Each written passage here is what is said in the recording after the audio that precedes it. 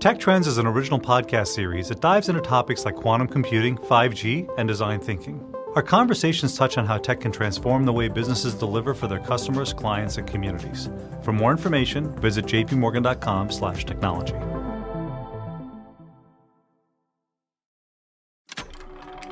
This is MIT Technology Review.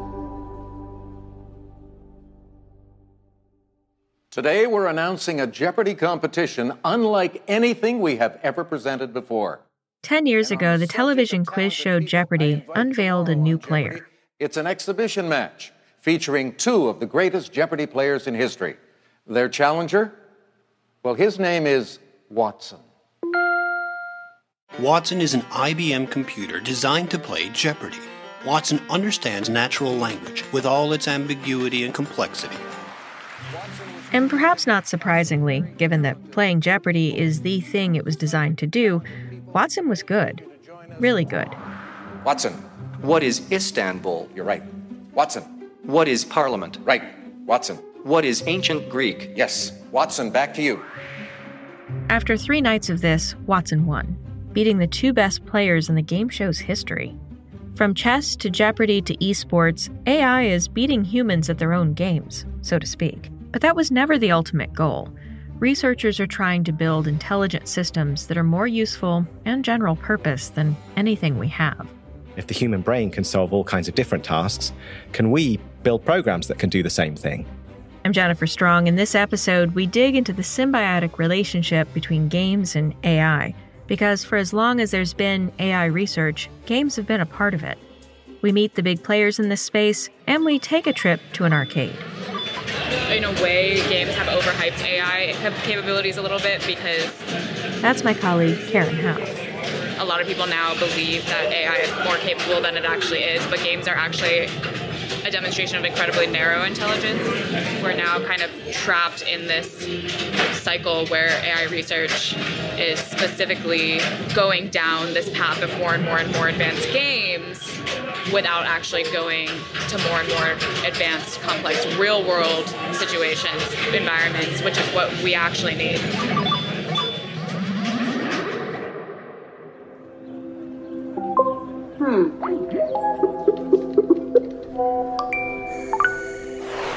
Let's go. In Machines We Trust. I'm listening. A podcast about the automation of everything. You have reached your destination. Games have been a part of AI since AI started, or since the very idea of AI started. Julian Tagelias is a professor and computer scientist living in New York City. I work on AI for making games better, and also games for making AI better. He's giving me a history lesson on this relationship between games and AI, and somehow he manages to do it while also playing a few video games that he's been working with. I particularly work with the video games and sort of modern video games because really chess and Go and all that, we're sort of done with that. It's not to discourage people that like playing chess and like playing Go or poker for the mental challenge. That's fine. But, there are so many more possibilities, so many more interesting challenges in the other games. How did you get into this field? Yeah, so when my mom gave my cats away, it's true. She got allergic. And so what are you going to do? So she gave me a computer before, a Commodore 64. And I started playing all these games. And I got really fascinated by these little worlds. And then I grew up, well, more or less. I grew up, I finished high school, I started studying philosophy and psychology. I was interested in how does the mind work? What is the relationship of consciousness and intelligence? And how does it all come about? These questions brought him to an early paper by the pioneering computer scientist Alan Turing. He was the first to prove that building a computer was even mathematically possible. That paper is largely about games. It's about the imitation game, what's now called a Turing test, where you try to tell whether someone you're chatting with, essentially, it wasn't called chatting in the 50s, whether someone you're talking via text to is a computer or a human. It's also about chess, because chess became very early on a core focus of artificial intelligence research. We think of people who play chess as having a certain level of intelligence, and so the game became a way to gauge how intelligent machines are too. And fun fact, the very first chess-playing program was written before a computer even existed to run it. Turing played it in 1950 using an algorithm worked out on paper. It didn't work very well. But people continued to advance this research for decades. And then, in 1997, IBM's Deep Blue computer beat Garry Kasparov, the reigning world champion of chess. What are we missing something on the chessboard now that Kasparov sees? He does not look, he looks disgusted, in fact. He looks just, whoa! Look, Kasparov, after the move C4, has resigned. And this was a huge intellectual event because people were thinking, okay, what now? Did we just solve artificial intelligence? And it turns out that no, you didn't, because this chess-playing program couldn't even play checkers without significant reprogramming. It couldn't play Go. It couldn't play lots of things. And even more, it couldn't tie its shoelaces. It couldn't cook macaroni. It couldn't write a love poem. It couldn't go out and buy a newspaper. It couldn't do any of these things that humans do all the time. It really could literally just do one thing. It could play chess. It was damn good at it, but it could really only play chess. So humans had solved what was believed to be the biggest challenge of creating intelligence. But when you looked under the hood of the program, he says it was essentially just a kind of search. What if I take this move? And then what if my adversary takes this move? Then what if I take this move? So it built a tree of possibilities and counter possibilities and calculated from that. It was actually much more complicated than that, but that's the heart of what it was doing. And people looked at it like, this doesn't seem like anything like how our brains work. I mean, we don't really know how our brains work, but whatever they're doing, it's not this, That's But it isn't just used to play games against humans. AI shows up in games in all sorts of ways, especially to make them more interesting and challenging. For example, AI changes parts of video games so that they're different every time we play them. And that's been the case since the 1980s. And this principle of always creating something new, and every time you play the game, it's new, has survived into a lot of different games. For example, the Diablo series of games is based on that, or the Civilization series of strategy games. Every time you play it, you have a completely new world, and that's core to the game. It just wouldn't be the same if you didn't do that. Another reason to do this is because of storage. And he says a game called Elite became an important milestone when it was made available for personal computers, including the Commodore 64. It couldn't possibly fit in memory in this computer. So one version had 4,096 different star systems. Now, if you only had 64,000 bytes of memory, and think of how little that is. That's a millionth of a computer you can buy today. So they had to recreate the star system every time you got there, basically build it up from scratch. And that's still the case now. Sure, we have more storage, but games are also much, much larger and more complex. The game No Man's Sky, which came out 2016, but they keep updating it. It keeps getting more and more impressive. It has more planets in it than you could ever visit in a lifetime. But it somehow all fits on your computer because they are recreated every time you see them. Meanwhile, researchers have also continued to build game-playing AIs, and Tagelias says one of the next challenges in that space will be for them to play many games at once, because multitasking is something humans do well, but that's not yet the case for these systems. So, how do we get from these highly structured environments with lots of predictability to something closer to real life, which is messy and chaotic and not at all predictable? To him and other researchers, we play more games. If we had a system that could reliably play, with some proficiency, the top 100 games on the computer game top list, like Steam or the App Store or something, then we would have something akin to general intelligence. So, in some ways, we're still kind of where we were a half-century ago, thinking we might just find the key to general intelligence with AI systems that can beat humans at their own game. But we also mix games and AI in all sorts of other ways, like to help us with training data. A few years ago, I met a team at Princeton trying to make stop signs more recognizable to self-driving cars, using the game Grand Theft Auto. Strange as that might sound, it's actually pretty practical when you consider just how many different ways a driver might come across a stop sign in the real world, be it on a stick in the ground, hanging in the air, or painted on the pavement. And we encounter them in every kind of light and weather, sometimes partially hidden behind things like tree branches or the darkness of night. Researchers could go looking for examples of all these stop signs, or video games can just generate endless examples. We're also using games to better understand how algorithms make decisions.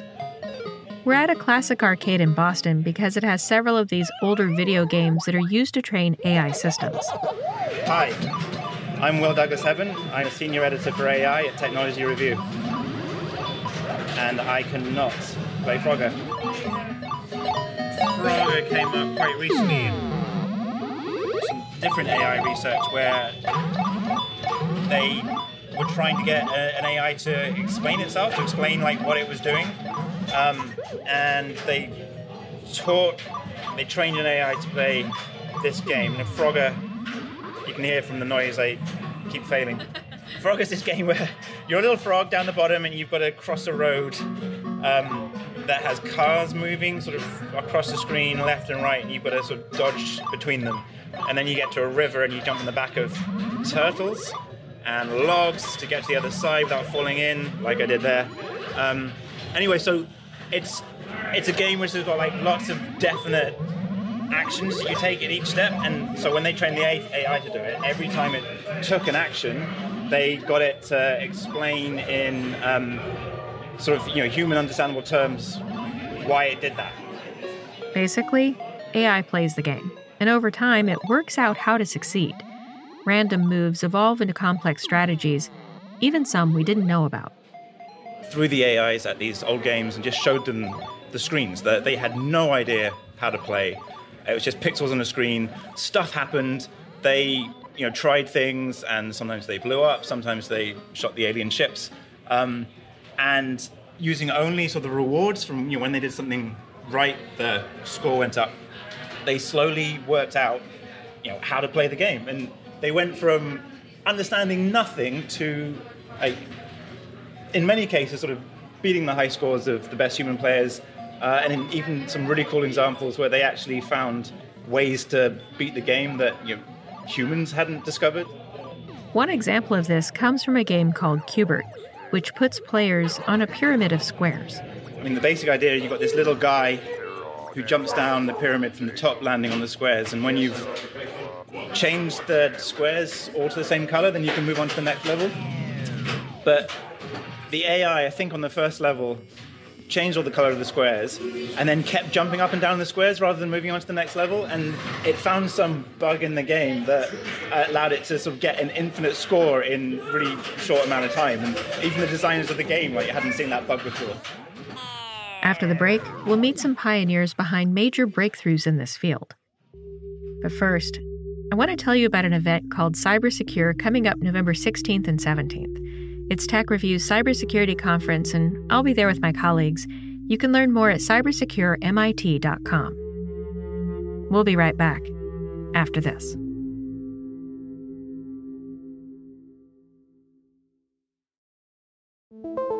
Tech Trends is an original podcast series that dives into topics like quantum computing, 5G, and design thinking. Our conversations touch on how tech can transform the way businesses deliver for their customers, clients, and communities. The real power of design thinking from a business perspective is really getting to know your clients, understanding what their needs are, and finding the right problem to solve for your clients. Employees really like to give back in their day job, and this isn't just the most junior employees or your millennial generation, it's everybody. For more information, visit jpmorgan.com/technology.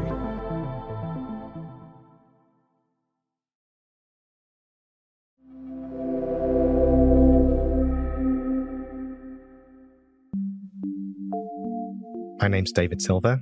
I work on artificial intelligence and I apply it to games. I work for a company called DeepMind, and our goal is to try and use artificial intelligence to try and build a system which has some of the smarts that are inside the human brain.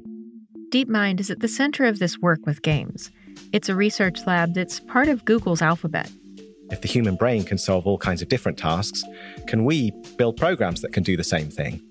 He's the lead researcher behind some of the best-known AI systems that have mastered how to play games. starting with board games, including the ancient Chinese strategy game of Go. We developed a system called AlphaGo, which was the first program to be able to play the game of Go at the level of top human professional players. And in fact, it was able to beat the world champion, Lisa Doll. There's this huge space of games, many of which have these beautiful characteristics that allow us to really just dive in and understand, one piece of the world in isolation without having to deal with all of the immense complexity of the real world all at once. AlphaGo learned how to play board games based on how people play. Silver's next system, AlphaZero, learned to play board games and video games in a different way, by learning the rules of a game and then playing itself over and over again. After AlphaGo, we tried to take the next step and make something even more general, which was able to play not just one game, but many games using the same technology. And this is a big stepping stone because it really is trying to do one of the things which we as people are able to do, which is solve many problems using the same kind of machinery inside. It is a milestone in making AI more general purpose, but with an important caveat. The algorithm can't learn to play these games all at once. It's as though it builds itself separate brains for each game. So it has to swap out its chess brain before it can play Go. It's safe to say researchers are still trying to figure out how to make games a test for real life, because games have rules that can be defined, and no one really knows the rules by which the world works. The world is really a messy place. It's got this incredibly rich dynamics going on, all kinds of details in the way that objects move around, the way that the things we see relate to the things that we touch. There's just this incredible richness and complexity to the real world. And we can't possibly hope to address that in the way that people historically have approached games. So what we need is something which can understand the world for itself in a way that kind of understands the patterns in a way which is useful for it to make decisions that are actually meaningful in helping to achieve its goals. His latest project is called MuZero. It excels at just as many games as AlphaZero, as well as a whole host of video games. But this system figures out how to play without being given any rules at all. So it was really just let loose. It was able to play games against itself. And all it got at the end of the game was a signal to say, hey, you won, or hey, you lost. And from that signal, it was able to build an understanding for itself of the rules of the game, enough that it could actually sort of imagine what would happen into the future. And once it had this ability to imagine into the future, it was able to search and start looking ahead and start thinking into the future and saying, aha, now I understand how this world works. I can start to imagine what would happen if I played this move or took this action.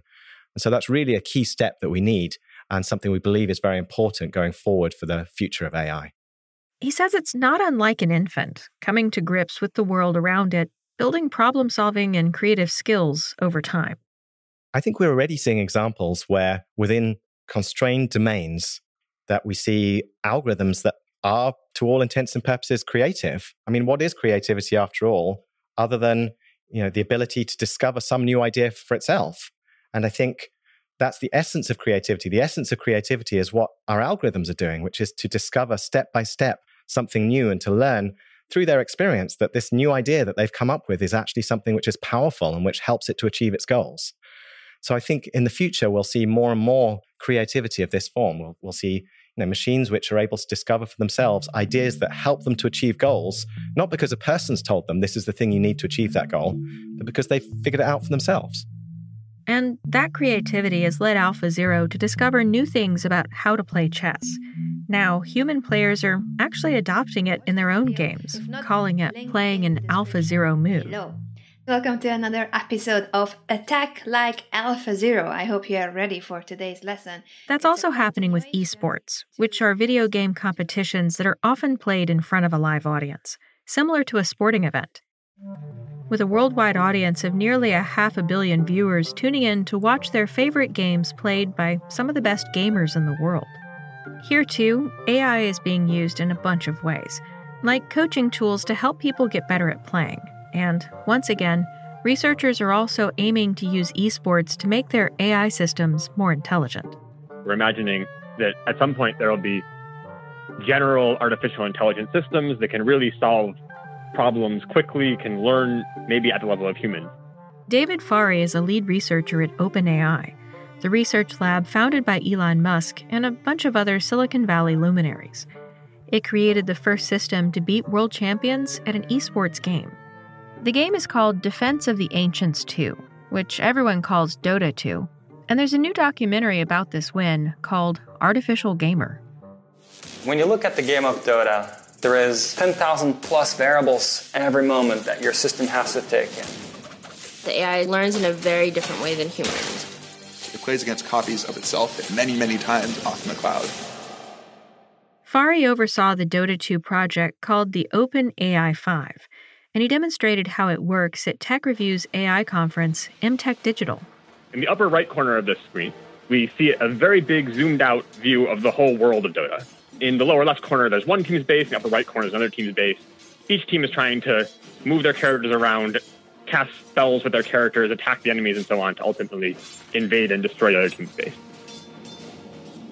These more complicated systems, like robotics and video games, have a different feel to them because you get an observation of the state of the game, and then you choose an action to take. And then the state of the game changes in some way depending on that action you took. And then you get a new observation and you can choose a new action. And this loop happens over and over and over again. And so you have to make decisions that have long-term consequences down the road. So the way we do this is relatively simple, conceptually at least. We have agents that start out playing totally randomly, and we just have them play them against themselves, a clone of themselves, over and over and over again. And if you're thinking this might take a really long time with such a complicated game, you're not wrong. But OpenAI's ability to run it on 200,000 machines at once helps. Basically, it's able to gain about 250 years of experience per day. And if the system does something that works, it's updated to do that thing more. And if something bad happens that doesn't work, then the system does it less. We started out with a limited version of the game. We were eventually able to beat our developer team, which was very fun. And then we added more pieces of the game. We let the agent train for longer. And we were able to beat some amateurs and then some semi-professional humans.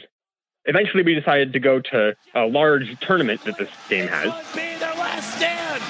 Dendy's back. He's going to try to focus everybody, but there's so much stuff hitting on the throne. There's no more clip available. Down to a half HP, a quarter HP. Alliance surrounding from all sides. BKB, they won this round. They're going to do it. They're going to do it. The north. Alliance wins. They win TI3. The Alliance just won $1.4 million. They are your internet. So this game has millions of human users who compete at these tournaments for large prizes, which ensures that we know there are humans who are playing at a very, very high level of skill. In August of 2018, we took our agent to this tournament. Their AI played against two professional teams that had already been eliminated from the tournament and narrowly lost. But the following year, with more training, the AI was able to beat the former world champions 2-0. So OpenAI 5 is trained with no humans in the training process. So it just plays against itself in these cloud servers over and over and over and over again. And then we want to play it against a human. We take a snapshot out of the cloud and play it against a human, but we never feed that data back into the training process. But there's still this question of whether games can help us train AI to be more useful.